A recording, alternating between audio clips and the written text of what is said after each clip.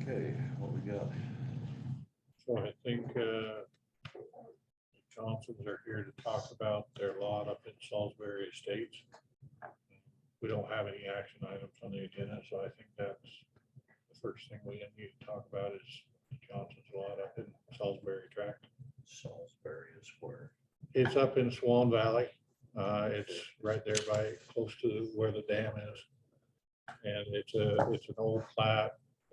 The plat was a little unusual. There's no certificates, there's no signatures on it. It bumps up against the Forest Service.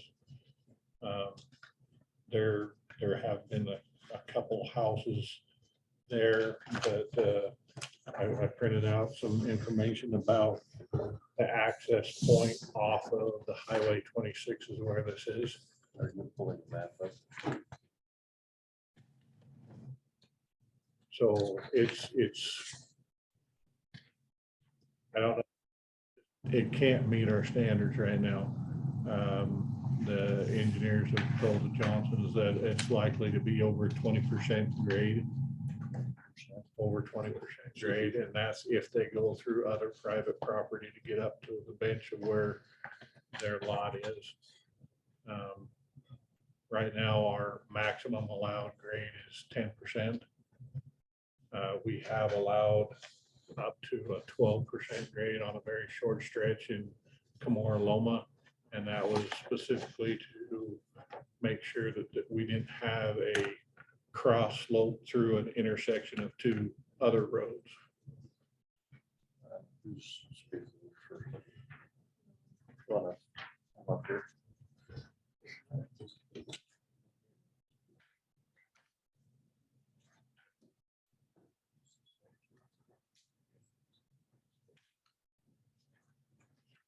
So I brought some of our engineering work and surveying. I have about 4 copies, so I want all of these. So these are the results from the engineering that we had done. It looks like on average, the grade that's going to be, on average, the grade that they're looking at is going to be around 18 point something for the road. And it's over, is it 100 feet or It's 300 feet long? Okay, so The whole road is. well, this section right here. So from this one would be like US 26 coming on to the property up to this first bend. That's going to be our steepest point. this is pretty flat. This is pretty flat right here. So this is This is the impact. so basically 20%. And as it comes across, then it goes to 78%. And that's why we're here, because we have been looking at, we've been put into some of the specs from the county and whatnot. We've done quite a bit of research. We've met with Lance, we've met with Austin as well, who's our buildings permit. person. How are you? Ed, how So are we've you? been meeting with a couple of people, and then we just ran into some information that we could possibly speak to you all about an exception where it would be difficult because of terrain or where it's located. We do understand there's a maximum of a 10% grade. This would fall under one of those exceptions. It looks like from what we were able to find, we did see that if we fall under one of the exceptions that would be allowable, then we would fall under some maintenance consequences. And those, from what I found, include not being maintained by the county. Like it's a completely private road, by the way. It's a private road, so we understood that we would be responsible for maintaining it. And we agreed that, and when I say we, it's my husband and I, and then Matt would be a potential neighbor out there. Yeah, I have a lot. There's two lots, or lots touch. Your map, Yep, Thirsty. okay, you're the other lot. that you Yep. do have to go So through. we're right here, and this is his lot right here. This touches the road.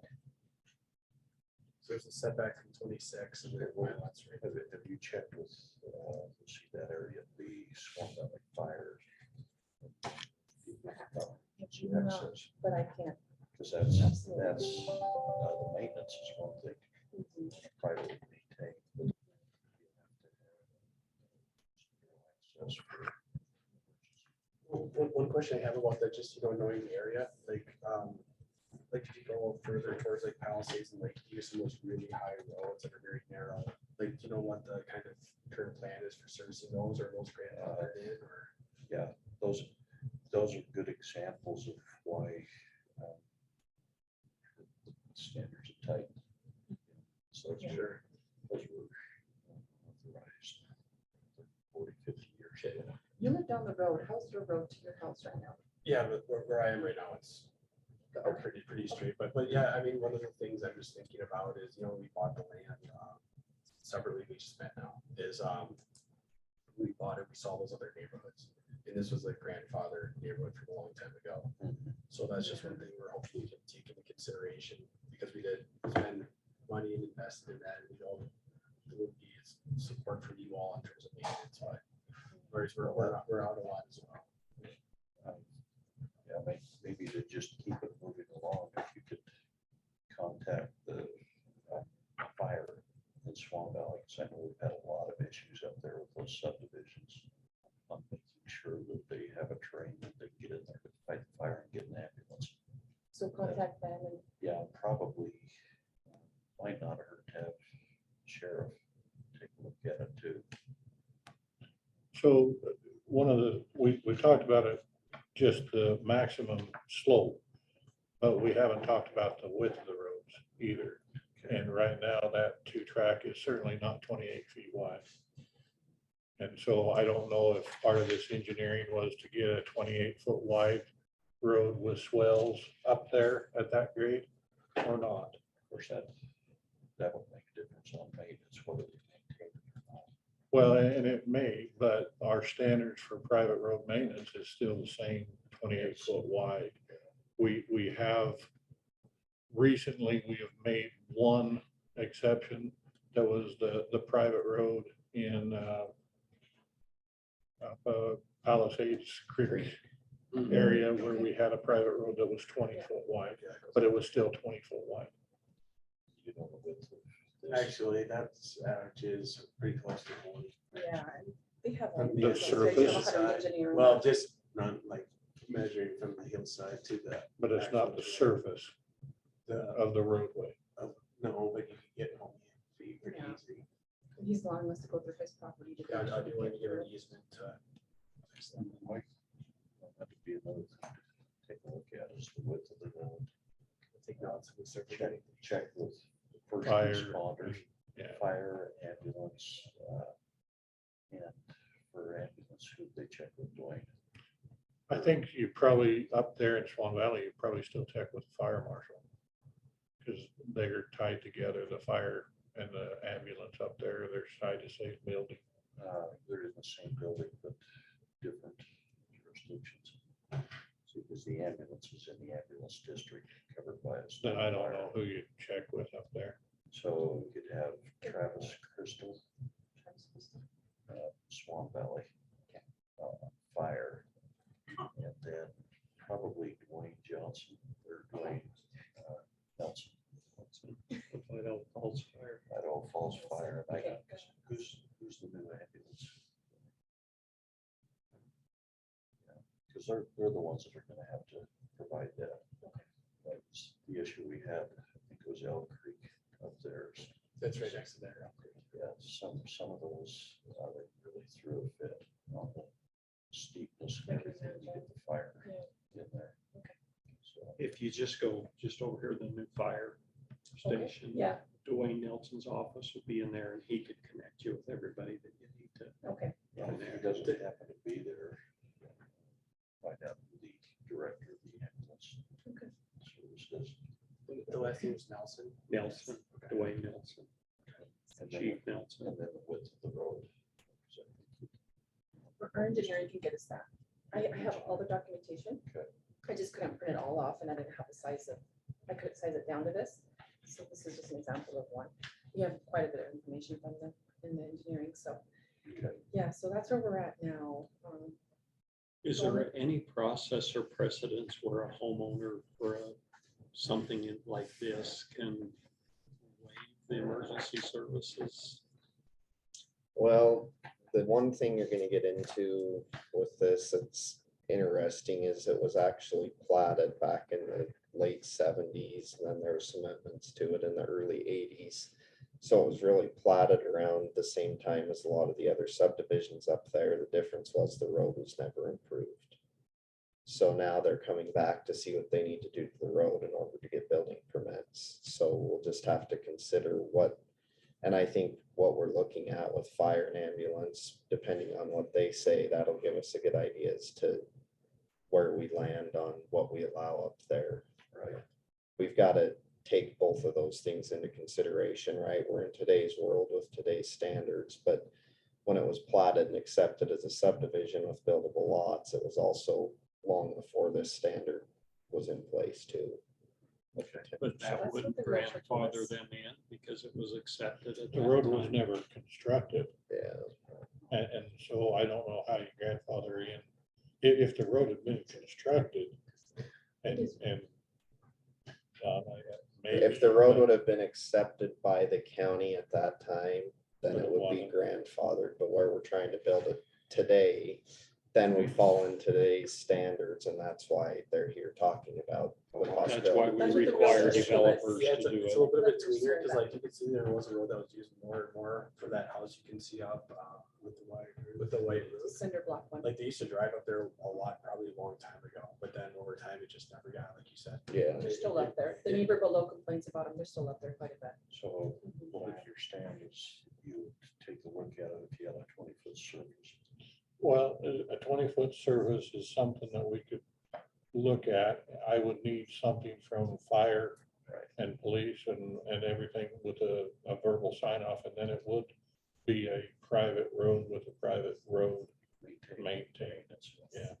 and that's what happened in Palisades Creek Ranch with the 20-foot, is we had written statements from fire saying this is a great road, we can access on it, we can service these homes, so. Because I know the fire district up there does some four-wheel drive. That's what the surveyor told us, is that they had a crawler come out to their property in Shelley. That went over the canal, yes. Oh, that's a little different. He's like, they have Whole different crawlers. He's like, Jurisdiction. they have crawlers I had never seen before. I was thinking, what? Anyway, that was just a surveyor. Yeah, but those shallow people. Easy.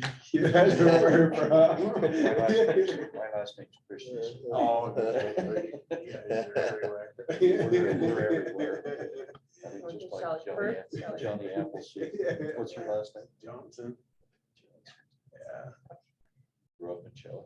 First, but. Oh, first. Idaho Spring. Yeah. Yeah, we're familiar.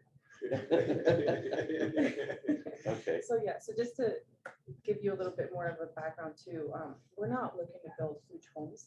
Like we want to build a summer home because our main home is in Shelley, right? We bought his grandparents' home. And then Matt, I think you're doing a little cabin. Yeah. So we're not building like anything glamorous or enormous. We just want a little humble abode where we can But kind of throw back on the weekends we and just want to make sure if he has a heart attack. Easy. This one. Get rolling down here. I know with a heart attack, he's intense. He's Oh, looking for- I mean, just Yeah. so they get up there and Yeah. provide the emergency Yeah. response. Okay, definitely. So that's what we're doing next. We're gonna talk to all of the emergency services and all of the fire services. So when we get all that information, do we just come back and?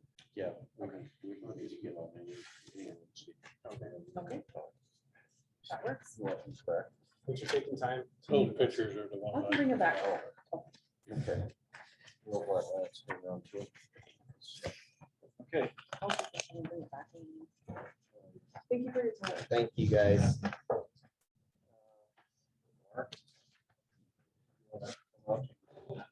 I told Lance we just have a. What some of the fees are, and what would be required. Oh, yeah. Mark, you've been wondering about. Austin, what's his name? Uh, Wait. Come up here, join us. Especially some of the inert stuff. that we're gonna talk about.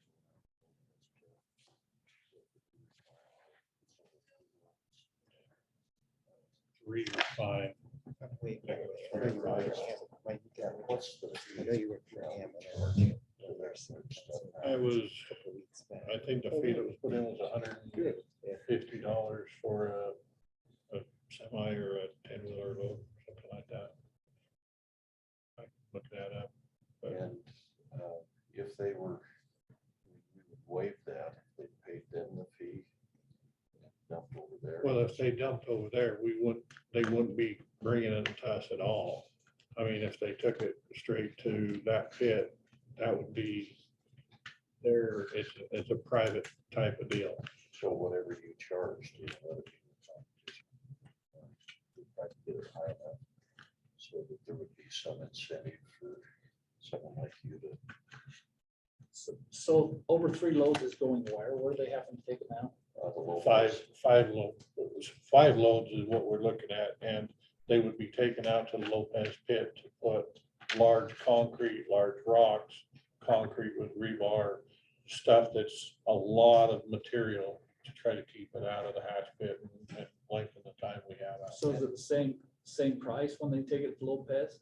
Yes, it would be the same price. And where is that? I don't know where that one is. So Lopez pit is out on 45th West, down by Doug Andrews a little bit. Okay, It's a little bit further north than Doug Andrews, but it's on 45th West. okay. Because what brought it to our attention was the demolition for the jail. Gotcha. Facility. Well, and the other demolition of the plant down by the river that they were looking at 400 or 500 loads Yeah. of concrete, and we didn't want it to necessarily go to the hatch pit. So See, and those would be somebody we could even coordinate, kind of refer them to you. Yeah.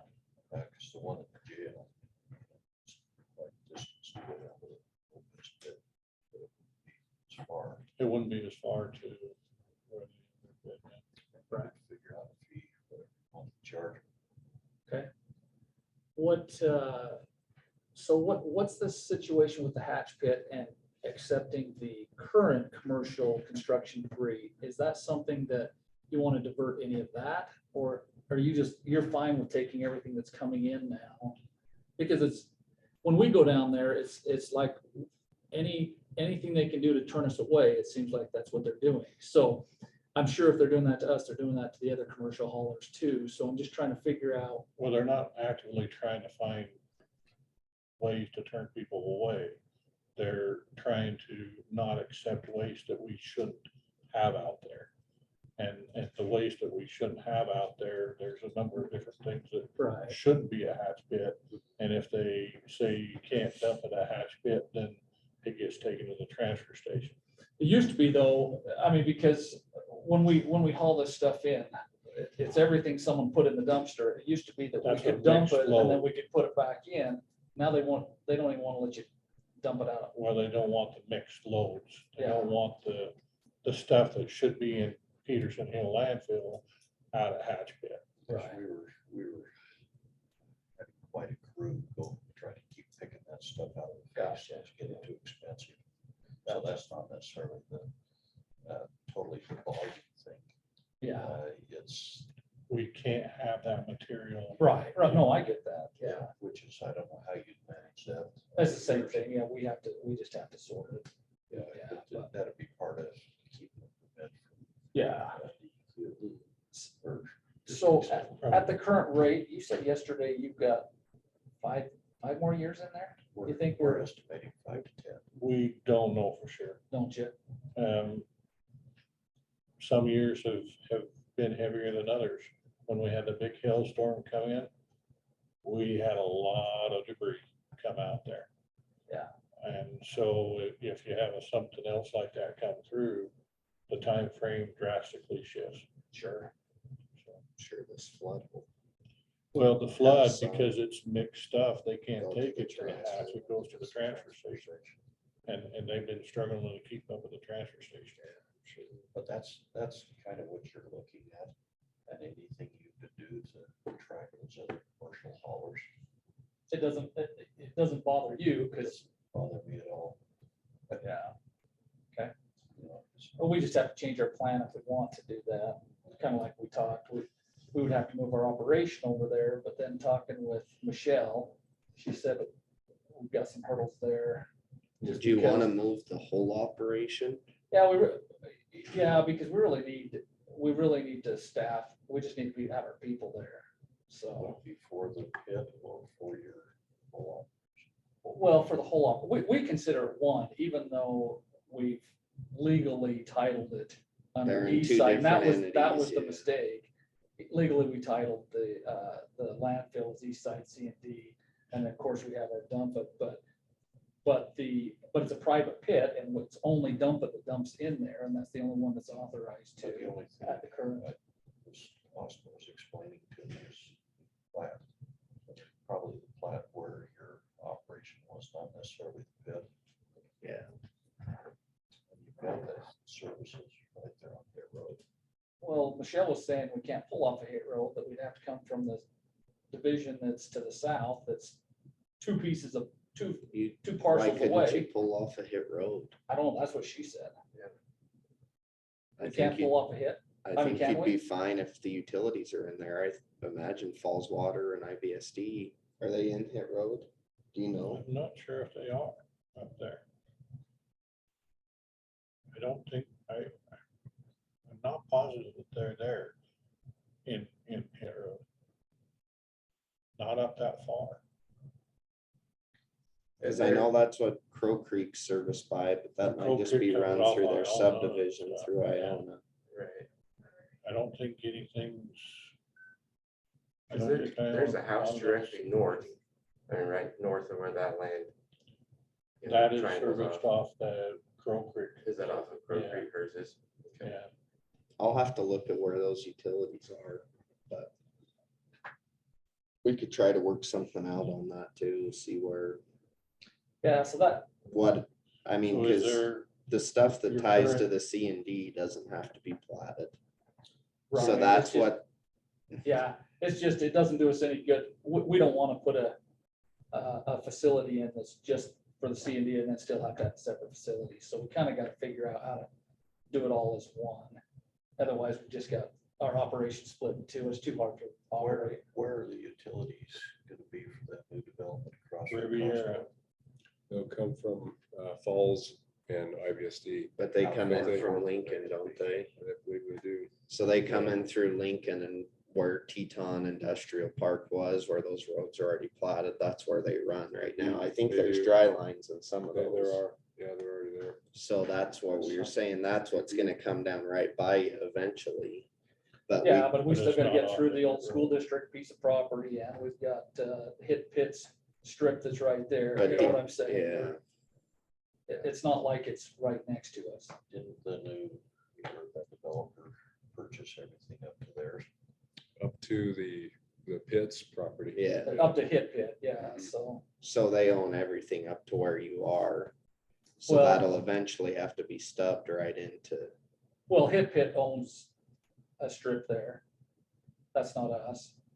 So east side C and D. and so then you'd you've have got to get through their piece. Hit Pit, which Yeah.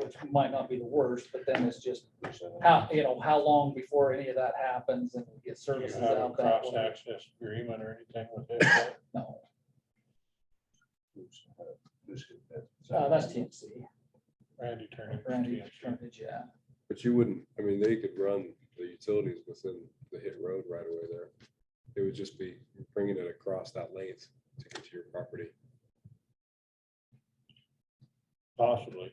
I mean, that road right away right now, I don't think there's any utilities even close to that far up right now. Yeah. in 25th East.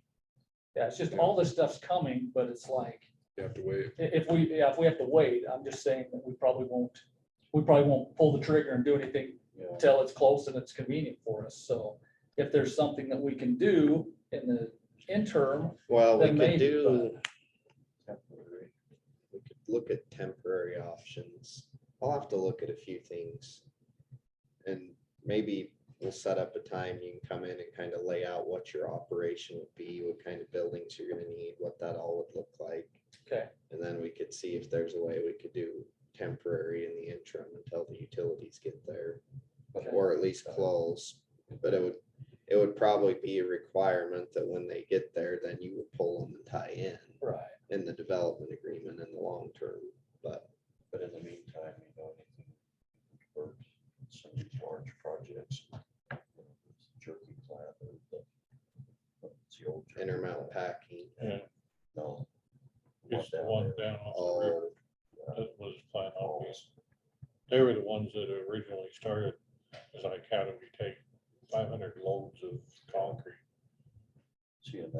that's something Yeah. easier for you to monitor. Yeah. They can So get you- where's the property you have right now? I mean, is to the north of there? Well, this is the buildable piece right here. Yeah, and services are down here right now, correct? Yeah, Is that what I understand? Yeah. but they'll be They're not all the way active, up- but, but they'll be all the way up. To so Riviera Park is what, a 5-6 year? I was just Build out thinking maybe? about that. I would say 3 years at the soonest to get utilities to the end of their Yeah. property. Yeah. But that might be interesting.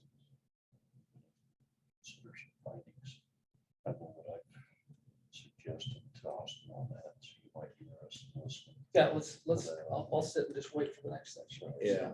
But yeah, let's I'll come get talk with to you. me about that. Let's look at what buildings you want to do. And we'll see if we can work something out. I mean, if you needed a check-in station just to take some of this time in the interim until we figure something out, I wouldn't have a problem if you just put a temporary little check-in station out there too to run people through. We can work on that. I think Pitt has the access on 25th East, Yeah, that if they could work out something with that access, then it's not a separate access on 25th East.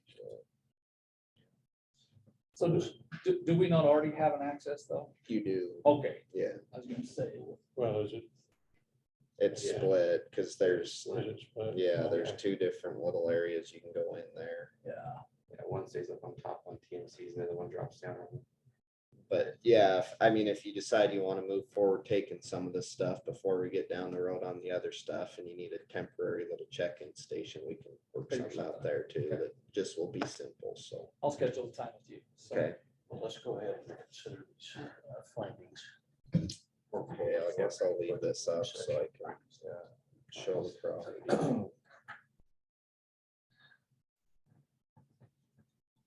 Yeah. Then I've got a copy to sign too, but there's a copy that's printed.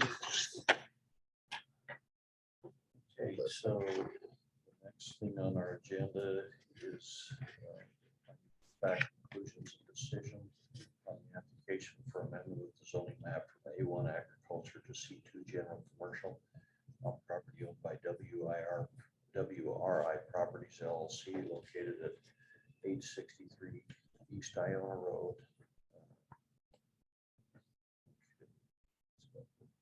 More description, but Austin, do you want to go through? Austin has visited independently with each commissioners and got their input, and so we'll consider that this a public hearing, so we won't take any testimony.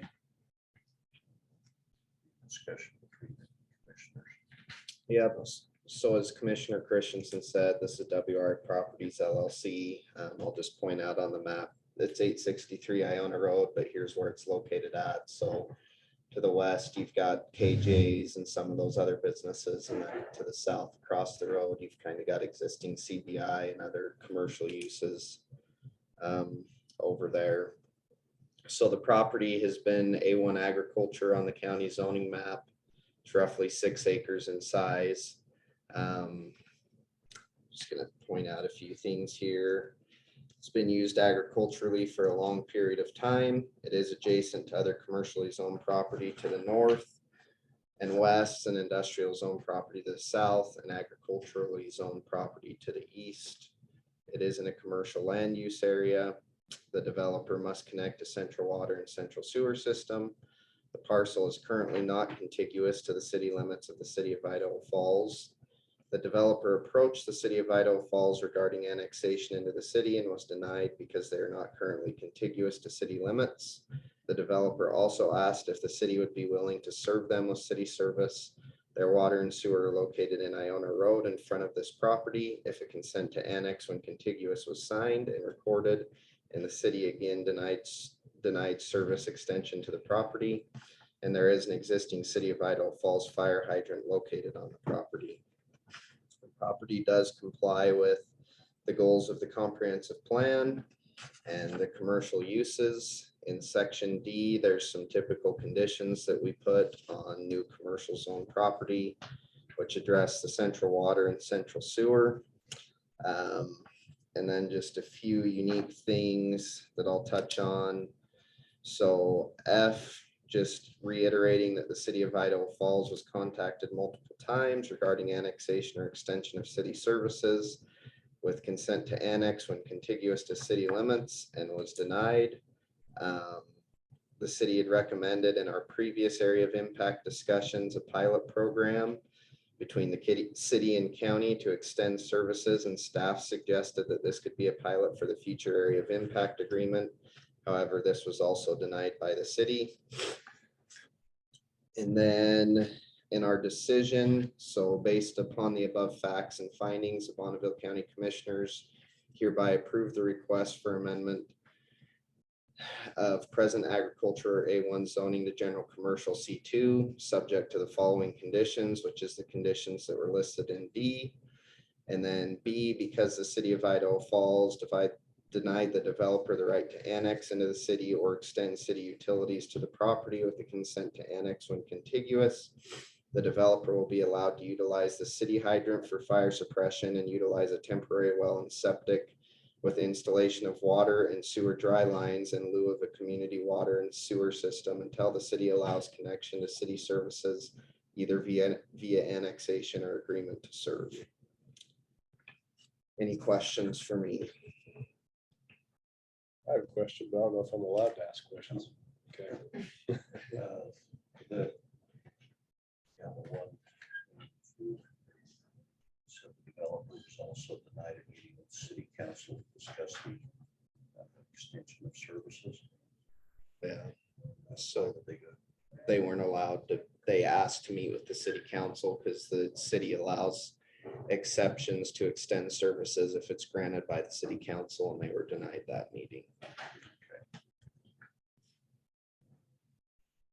The question I would have is, isn't there already agreement with KJ's, right, to extend water and service to them, or what was? that Yeah, so agreement? to the west, back in the early 90s or early 2000s, somewhere in that time frame, the city extended services to KJ's with the consent that they would consent to annex at such time that the city became adjacent.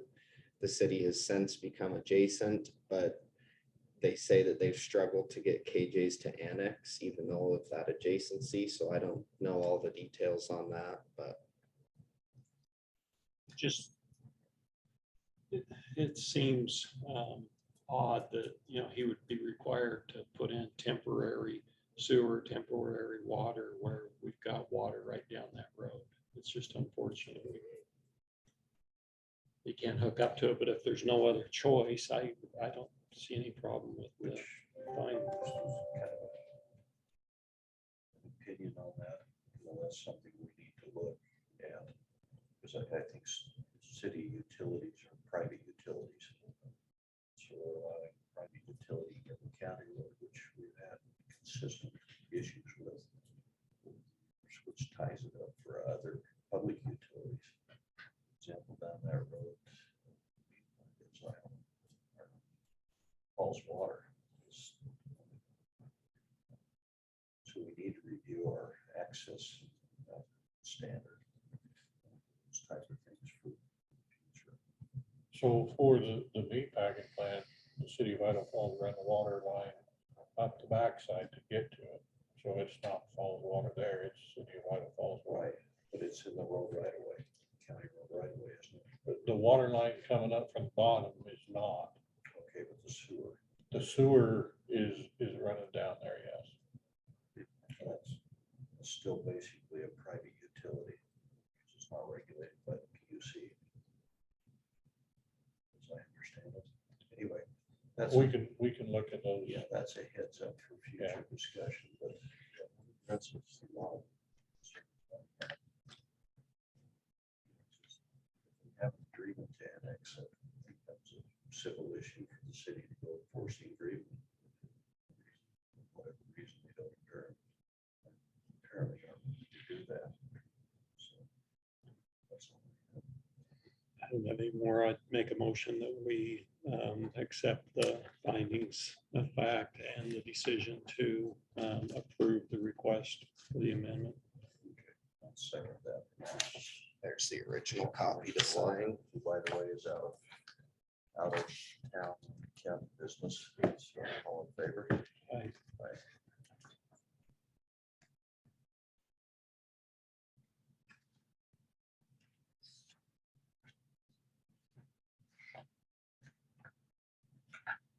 Okay. Now that the decision is done. What was it? Oh, I just have the piece just next to it, so I'm just seeing what You own this, right? that's correct. Yeah. I don't know why that won't load, but Comes down So, to the point, right? At the Yeah. back. Yeah. What was your question, Austin? I was curious if it had gone through a city process and was denied. I didn't hear that in the findings. no, they weren't allowed to apply because it wasn't adjacent. I see. Where So is, it where just is didn't the have any city boundaries? contingencies. Can you bring that up? That Yeah, light so gray, see right here, The light gray the shade. light gray shading, that's all in the city. And then if you go further west, there's, And then there's some Yeah. here and some over here. yeah, And that's where they're contiguous to KJ's to the west including is Bishop's. Holmes Avenue across the interchange. Yeah. and Do you have out. a utilities layer to turn on to where those utilities go? We I have don't a have the city utilities, but That's part of the status sharing agreement. We're just about got finalized, so we can get all that in our maps. Sure. I was trying to pull it up myself just to look at. That is a concern to us.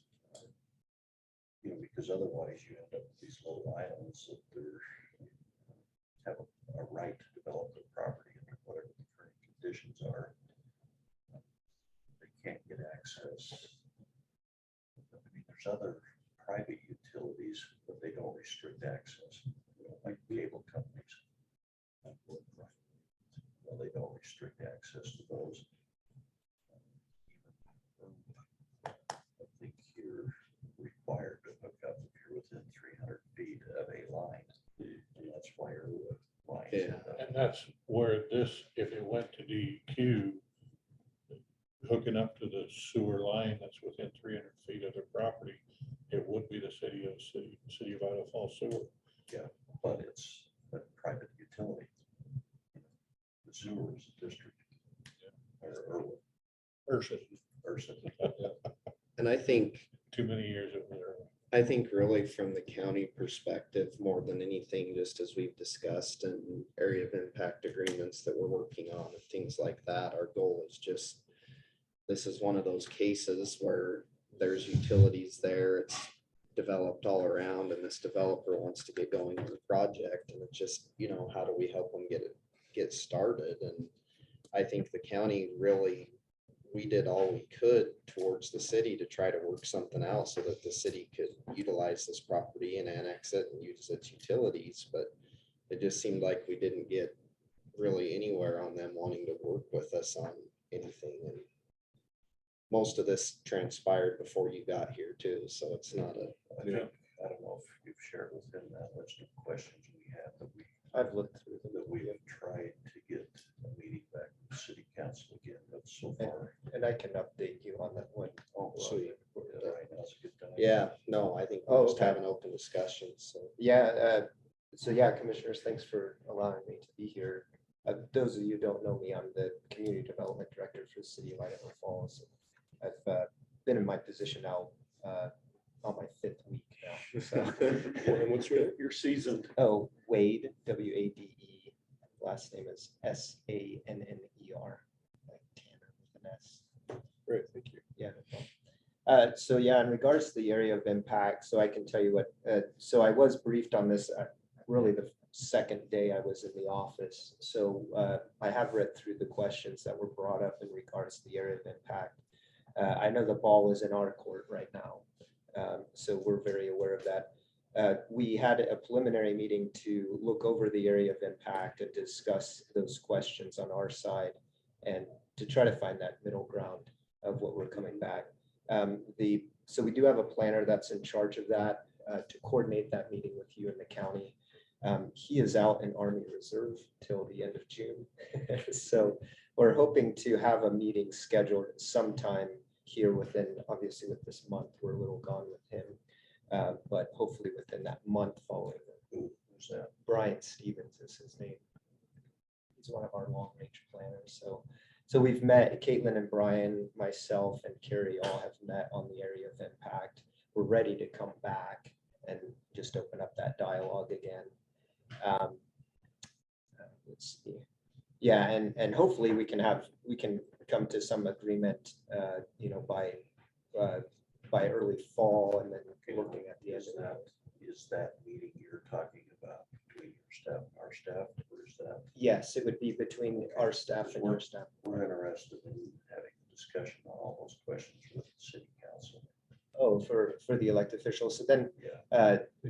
the direction that we've kind of set out for ourselves is to talk again with internally as staff, and then in early fall, come back to elected officials. Because you can see there's broader concerns that we want the city council to be aware of. So we're sure that we have. It's like the developer out here didn't have access to the city council. So Yeah, for sure. And of course, we'll have an internal dialogue and then open that up. Right now, the issue that's kind of coming up on our side is we're in budget season. And so budget season should end in August. as always. Yeah, yeah. So we're aware of that, and we definitely want to keep that dialogue open and come back to you folks and with the elected officials. So that's kind of our timeline. We're looking early fall, waiting till budget was over. So.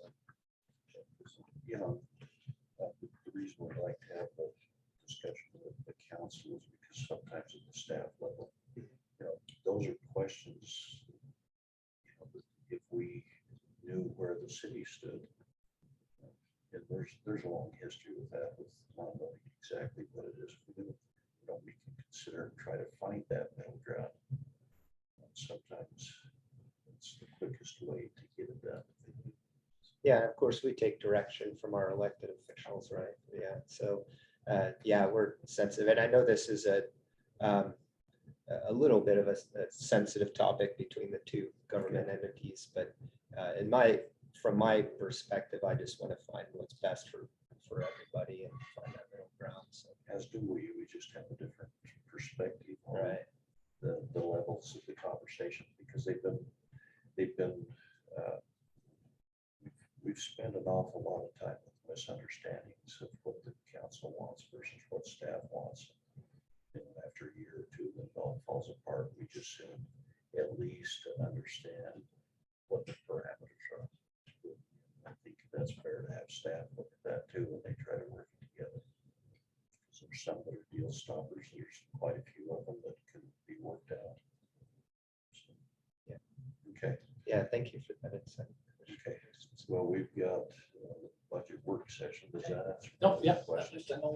Yeah, Okay. appreciate it. I guess we're done with that. I've got a couple updates for you all if you'd like. Okay, cool. Okay.